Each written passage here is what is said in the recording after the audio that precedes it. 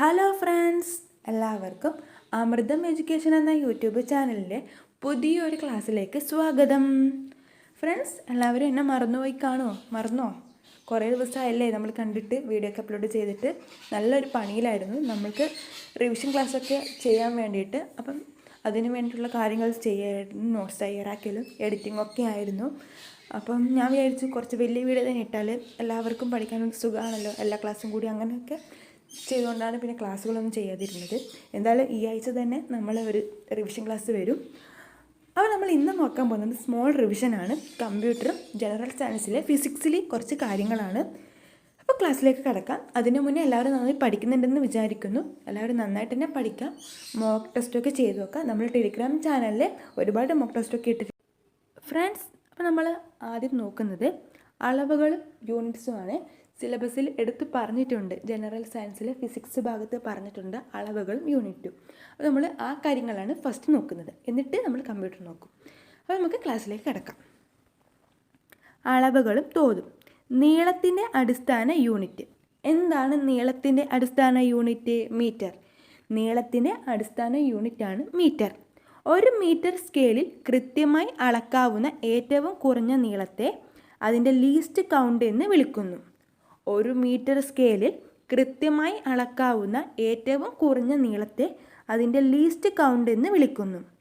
നീളത്തിൻ്റെ ചെറിയ യൂണിറ്റുകളാണ് centimetre, millimetre, micrometer, nanometre. ഒരു metre സ്കെയിലിൽ കൃത്യമായി അളക്കാവുന്ന ഏറ്റവും കുറഞ്ഞ നീളത്തെ അതിൻ്റെ ലീസ്റ്റ് കൗണ്ട് എന്ന് വിളിക്കുന്നു. നീളത്തിൻ്റെ മറ്റു യൂണിറ്റുകളാണ് സെൻറ്റിമീറ്റർ, മില്ലിമീറ്റർ, മൈക്രോമീറ്റർ, നാനോമീറ്റർ. രണ്ടു പ്രദേശങ്ങൾക്കിടയിലെ ദൂരം അളക്കാൻ ഉപയോഗിക്കുന്ന നീളത്തിൻ്റെ വലിയ യൂണിറ്റാണ് കിലോമീറ്റർ. എന്താണ്? രണ്ടു പ്രദേശങ്ങൾക്കിടയിലെ ദൂരം അളക്കാൻ ഉപയോഗിക്കുന്ന നീളത്തിൻ്റെ വലിയ യൂണിറ്റാണ് കിലോമീറ്റർ. അടുത്തത് ഗ്രഹങ്ങളിലേക്കും നക്ഷത്രങ്ങളിലേക്കും ദൂരം അളക്കുന്ന യൂണിറ്റുകളാണ് ആസ്ട്രോണമിക്കൽ യൂണിറ്റ്, AU, പ്രകാശവർഷം, light year, parallactic second per second. ഇത്രയാണ് ഗ്രഹങ്ങളിലേക്കും നക്ഷത്രങ്ങളിലേക്കുമുള്ള ദൂരം അളക്കുന്ന യൂണിറ്റുകൾ. ആസ്ട്രോണമിക്കൽ യൂണിറ്റ് AU, പ്രകാശവർഷം light year LY, parallactic second per second. ഒരു പാർ സെക്കൻഡ് 3.26 ആണ് പ്രകാശവർഷം. ഭൂമിയിൽ നിന്നും സൂര്യനിലേക്കുള്ള ശരാശരി ദൂരം ആസ്ട്രോണമിക്കൽ യൂണിറ്റ് ഏകദേശം 15 കോടി കിലോമീറ്റർ. എന്താണ് ആസ്ട്രോണമിക്കൽ യൂണിറ്റ് എന്ന് പറഞ്ഞാൽ? ഭൂമിയിൽ നിന്നും സൂര്യനിലേക്കുള്ള ശരാശരി ദൂരം. ഇത് ഏകദേശം 15 കോടി കിലോമീറ്റർ. ഒരു വർഷം കൊണ്ട് പ്രകാശം സഞ്ചരിക്കുന്ന ദൂരമാണ് ഒരു പ്രകാശവർഷം. ഒരു വർഷം കൊണ്ട് പ്രകാശം സഞ്ചരിക്കുന്ന ദൂരമാണ് ഒരു പ്രകാശവർഷം. ഇത് 9.46 × 10⁻12. 9.6 × 10⁻12 ആണ് 12 കിലോമീറ്റർ. ഇതാണ് ഒരു പ്രകാശവർഷം. ഒരു വർഷം കൊണ്ട് പ്രകാശം സഞ്ചരിക്കുന്ന ദൂരമാണ് ഒരു പ്രകാശവർഷം. 9.46 × 10⁻12 കിലോമീറ്റർ. പ്രകാശം ശൂന്യതയിലൂടെ സഞ്ചരിക്കുന്ന ദൂരം ഒരു സെക്കൻഡിൽ 3 ലക്ഷം കിലോമീറ്റർ.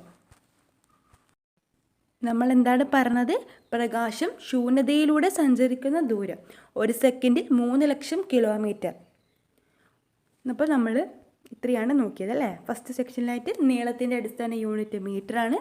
അതിൻ്റെ സവിശേഷതകളൊക്കെയാണ് നമ്മൾ നോക്കിയത്. ഇനി നമ്മൾ അടുത്തത് നോക്കാൻ പോകുന്നത് മാസ്. മാസിൻ്റെ അടിസ്ഥാന യൂണിറ്റാണ് കിലോഗ്രാം, kg. മാസിൻ്റെ അടിസ്ഥാന യൂണിറ്റ് കിലോഗ്രാം. മാസിൻ്റെ മറ്റ് യൂണിറ്റുകളാണ് മില്ലിഗ്രാം, കിൻഡൽ, ടൺ, ഗ്രാം. ഇതൊക്കെയാണ് മാസിൻ്റെ മറ്റ് യൂണിറ്റുകൾ. ഏതൊക്കെയാണ് മാസിൻ്റെ മറ്റ് യൂണിറ്റുകൾ? Milligram, gram, quintal, ton. അടുത്തത് സോളാർ ദിനം. ഒരു നട്ടുച്ച മുതൽ അടുത്ത നട്ടുച്ച വരെയുള്ള സമയമാണ് ഒരു ദിവസം അഥവാ ഒരു സോളാർ ദിനം എന്ന് പറയുന്നു. ഒരു സോളാർ ദിനം എത്ര സെക്കൻഡാണ്? 86,400 സെക്കൻഡാണ് ഒരു സോളാർ ദിനം. 86,400 സെക്കൻഡാണ് ഒരു സോളാർ ദിനം.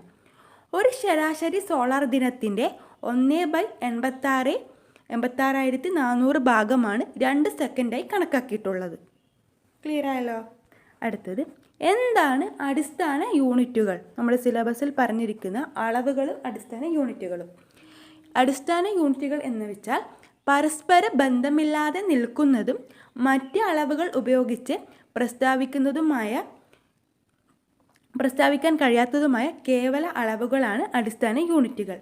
എന്താണ് അടിസ്ഥാന യൂണിറ്റുകൾ എന്ന് വെച്ചാൽ പരസ്പര ബന്ധമില്ലാതെ നിൽക്കുന്നതും മറ്റളവുകൾ ഉപയോഗിച്ച് പ്രസ്താവിക്കാൻ കഴിയാത്തതുമായ കേവല അളവുകളാണ് അടിസ്ഥാന അളവുകൾ. അടിസ്ഥാന അളവുകളുടെ യൂണിറ്റാണ് അടിസ്ഥാന യൂണിറ്റ്. അടിസ്ഥാന അളവുകളുടെ യൂണിറ്റ് അടിസ്ഥാന യൂണിറ്റ്. അടിസ്ഥാന യൂണിറ്റുകളെ ആസ്പദമാക്കി യൂണിറ്റുകളുടെ അന്താരാഷ്ട്ര പദ്ധതിയാണ് international system of SI units. അടിസ്ഥാന യൂണിറ്റുകളെ ആസ്പദമാക്കി യൂണിറ്റുകളുടെ അന്താരാഷ്ട്ര പദ്ധതിയാണ് ഇൻ്റർനാഷണൽ സിസ്റ്റം ഓഫ് യൂണിറ്റ്സ്. അടിസ്ഥാന യൂണിറ്റുകൾ ഉപയോഗിച്ച് പ്രസ്താവിക്കുന്നതോ അടിസ്ഥാന യൂണിറ്റുകളെ ആശ്രയിച്ച് നിൽക്കുന്നതുമായ യൂണിറ്റുകളാണ് വ്യുൽപ്പന്ന യൂണിറ്റുകൾ, ഡിറൈവഡ് യൂണിറ്റ്സ്. അടിസ്ഥാന യൂണിറ്റുകൾ ഉപയോഗിച്ച് പ്രസ്താവിക്കുന്നതോ അടിസ്ഥാന യൂണിറ്റുകളുടെ ആശ്രയിച്ച് നിൽക്കുന്നതുമായ യൂണിറ്റുകളാണ് വ്യുൽപ്പന്ന യൂണിറ്റുകൾ. അടുത്തത്, ഒരു വസ്തുവിന് സ്ഥിതി ചെയ്യാൻ ആവശ്യമായ സ്ഥലത്തിൻ്റെ അളവാണ് വ്യാപ്തം. ഒരു വസ്തുവിന് സ്ഥിതി ചെയ്യാൻ ആവശ്യമായ സ്ഥലത്തിൻ്റെ അളവാണ് വ്യാപ്തം, വോളിയം. വ്യാപ്തം = നീളം × വീതി × ഉയരം. ഒരു വസ്തുവിനെ സ്ഥിതി ചെയ്യാൻ ആവശ്യമായ സ്ഥലത്തിൻ്റെ അളവാണ് വ്യാപ്തം. വ്യാപ്തം = നീളം × വീതി × ഉയരം. വ്യാപ്തത്തിൻ്റെ യൂണിറ്റ് m3. വ്യാപ്തത്തിൻ്റെ യൂണിറ്റ് m3. യൂണിറ്റ് വ്യാപ്തത്തിലുള്ള പദാർത്ഥത്തിൻ്റെ മാസിനെ സാന്ദ്രത അല്ലെങ്കിൽ ഡെൻസിറ്റി എന്ന് പറയുന്നു. യൂണിറ്റ് വ്യാപ്തത്തിലുള്ള പദാർത്ഥത്തിൻ്റെ മാസിനെ സാന്ദ്രത അല്ലെങ്കിൽ ഡെൻസിറ്റി എന്ന് പറയുന്നു.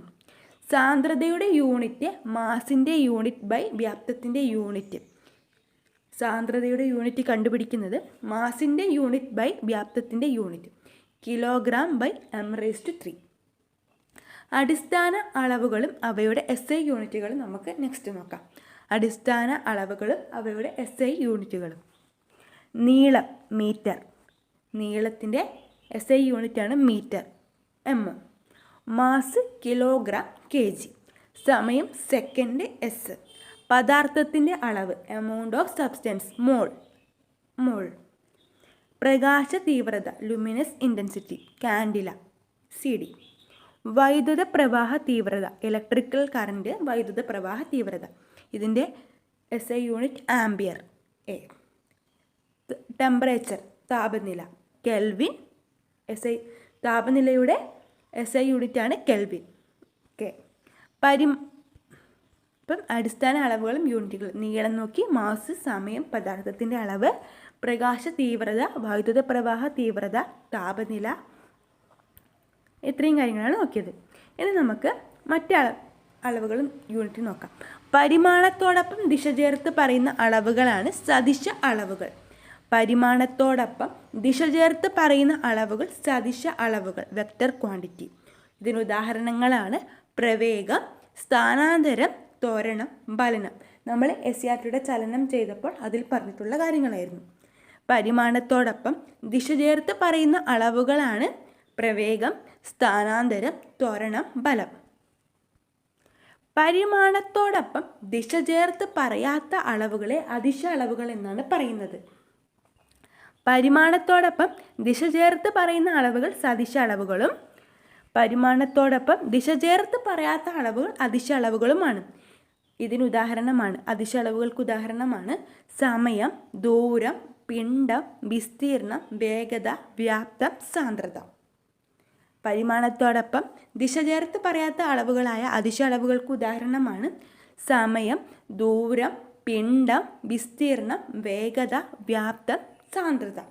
ഇനി നമ്മൾ അടുത്തത് നോക്കുന്നത് വ്യക്തികളുടെ പേരിൽ നിന്നും വന്ന യൂണിറ്റുകൾ എന്തൊക്കെയാണെന്ന് നോക്കാം. വ്യക്തിയുടെ പേരും അളവുകളും യൂണിറ്റുകളും.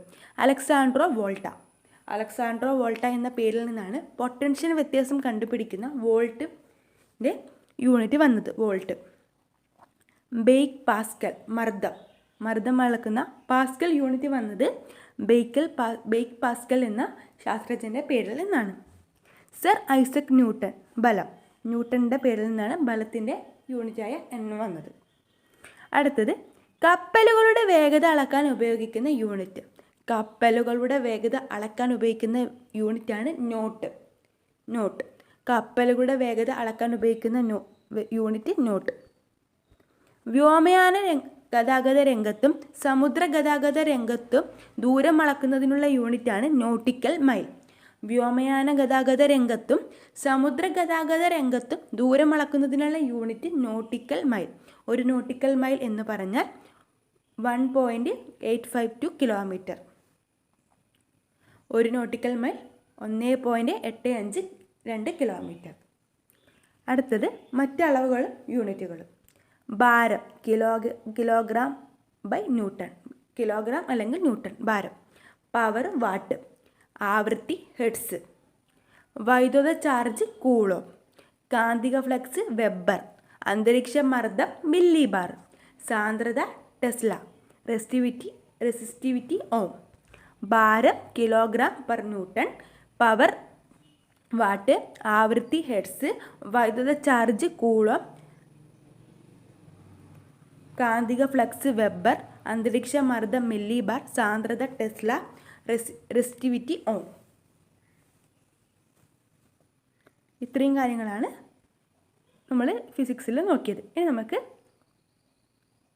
കമ്പ്യൂട്ടറിലേക്ക് കിടക്കാം. സോഫ്റ്റ്വെയർ. എന്താണ് സോഫ്റ്റ്വെയർ? ഫിസിക്സ് നിങ്ങൾക്ക് എല്ലാവർക്കും ക്ലിയർ ആയല്ലോ. നമ്മൾ അളവുകളും യൂണിറ്റുകളാണ് നോക്കിയത്. ഇപ്പോൾ സ്പീഡ് പറഞ്ഞാലേ നമ്മൾ റിവിഷൻ ഫുള്ളാവുള്ളൂ, അതുകൊണ്ടാണ് ഞാൻ സ്പീഡിൽ പറയുന്നത്. അപ്പോൾ നമ്മൾ ഓരോ അളവുകളും യൂണിറ്റുകളാണ് നോക്കിയത്.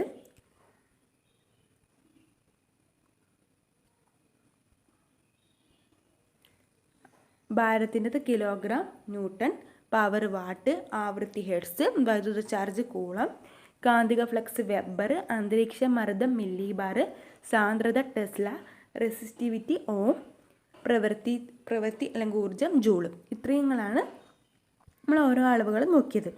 ഇനി നമ്മൾ നോക്കാൻ പോകുന്നത് കമ്പ്യൂട്ടറാണ്. സോഫ്റ്റ്വെയർ. എന്താണ് സോഫ്റ്റ്വെയർ എന്ന് ആദ്യം നോക്കാം. ഒരു കൂട്ടം പ്രോഗ്രാമുകൾ ഉപയോഗിച്ച് കമ്പ്യൂട്ടർ സിസ്റ്റത്തിൻ്റെയും മറ്റ് ഇലക്ട്രോണിക് ഉപകരണങ്ങളുടെയും പ്രവർത്തനം കാര്യക്ഷമവും ഫലപ്രദവുമായി നടത്താൻ സഹായിക്കുന്നവയാണ് സോഫ്റ്റ്വെയർ.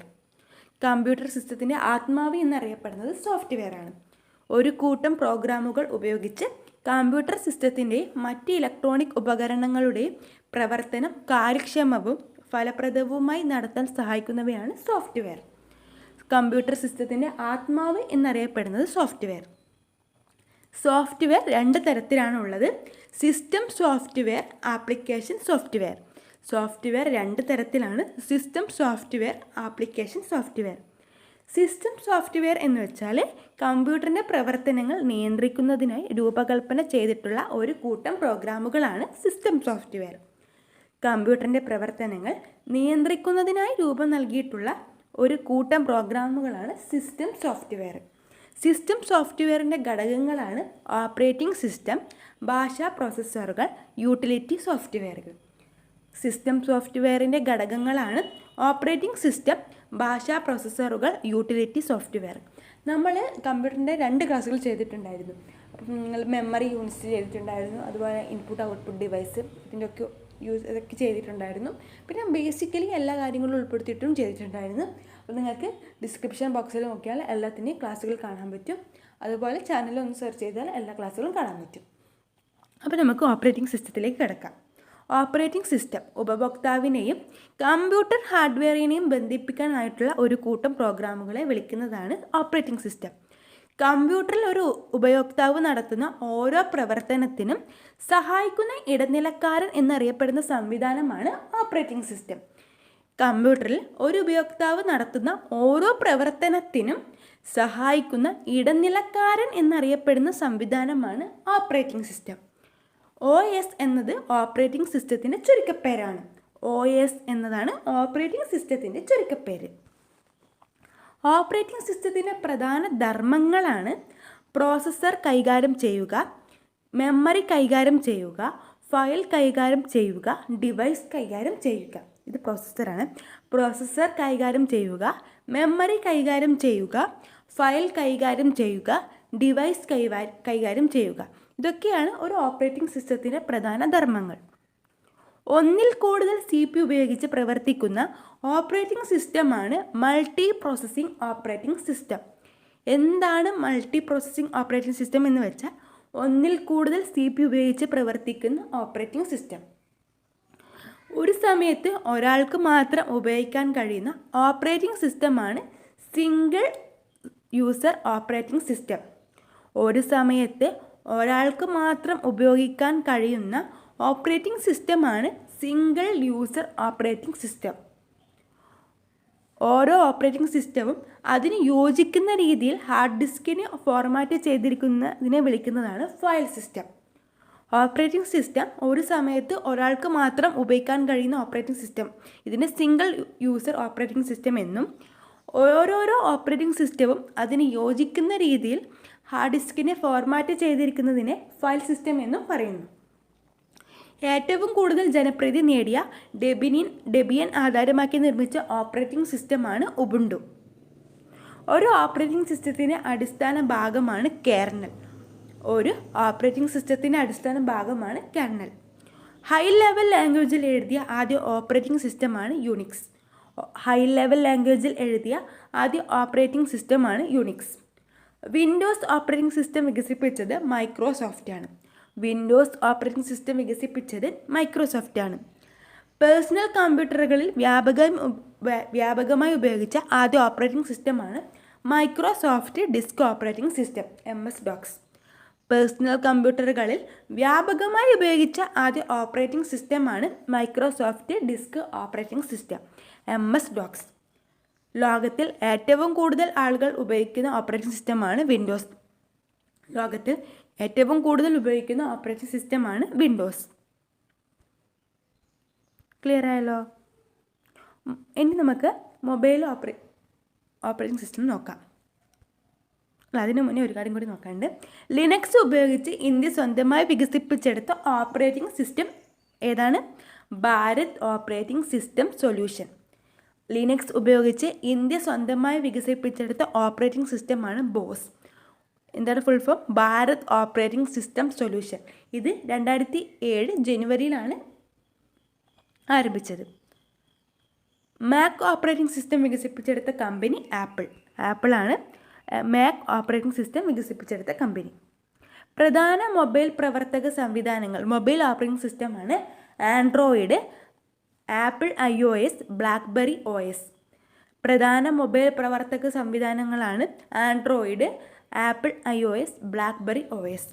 മൊബൈൽ ഓപ്പറേറ്റിംഗ് സിസ്റ്റം അത് പുറത്തിറക്കിയ company Android Google, Tyson Linux foundation, iOS apple corporation, blackberry 10 blackberry limited. Clear ആയല്ലോ? അപ്പോൾ നമ്മൾ ആദ്യം നോക്കിയത് അളവുകളും യൂണിറ്റുകളാണ്. രണ്ടാമത് നോക്കിയത് കമ്പ്യൂട്ടറാണ്, സോഫ്റ്റ്വെയർ ആയിട്ട് ബന്ധപ്പെട്ട കാര്യങ്ങളാണ്. ഓപ്പറേറ്റിംഗ് സിസ്റ്റം നോക്കി, അതിൽ കുറച്ച് കാര്യങ്ങൾ നോക്കി.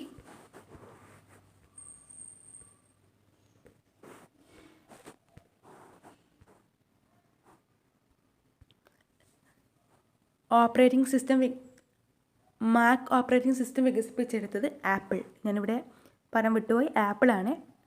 ഒരു ടൈപ്പ് എറർ വന്നതാണ് ആപ്പിൾ. പ്രധാന മൊബൈൽ പ്രവർത്തക സംവിധാനങ്ങൾക്ക് ഉദാഹരണങ്ങളാണ് നമ്മുടെ മൊബൈൽ ആപ്ലിക്കേഷൻ സോഫ്റ്റ്വെയറിന് ഉദാഹരണമാണ് ആൻഡ്രോയിഡ് പുറത്തിറക്കിയത് Google, Tyson Linux foundation, iOS apple corporation, blackberry 10 blackberry limited. അപ്പോൾ നമ്മൾ ഇത്രയും കാര്യങ്ങളാണ് നോക്കിയത്. ഇന്ന് ബാക്കി കാര്യങ്ങൾ അടുത്ത ക്ലാസ്സിൽ നോക്കാം. അപ്പോൾ എല്ലാവരും നന്നായിട്ട് തന്നെ പഠിക്കുക. നമ്മൾ മോക്ക് ടെസ്റ്റൊക്കെ ടെലിഗ്രാം ചാനൽ വഴി ഉണ്ട്. അപ്പോൾ എല്ലാവരും അറ്റൻഡ് ചെയ്ത് നോക്കാം. അടുത്ത ക്ലാസ്സിൽ കാണുന്നത് വരെ ബൈ.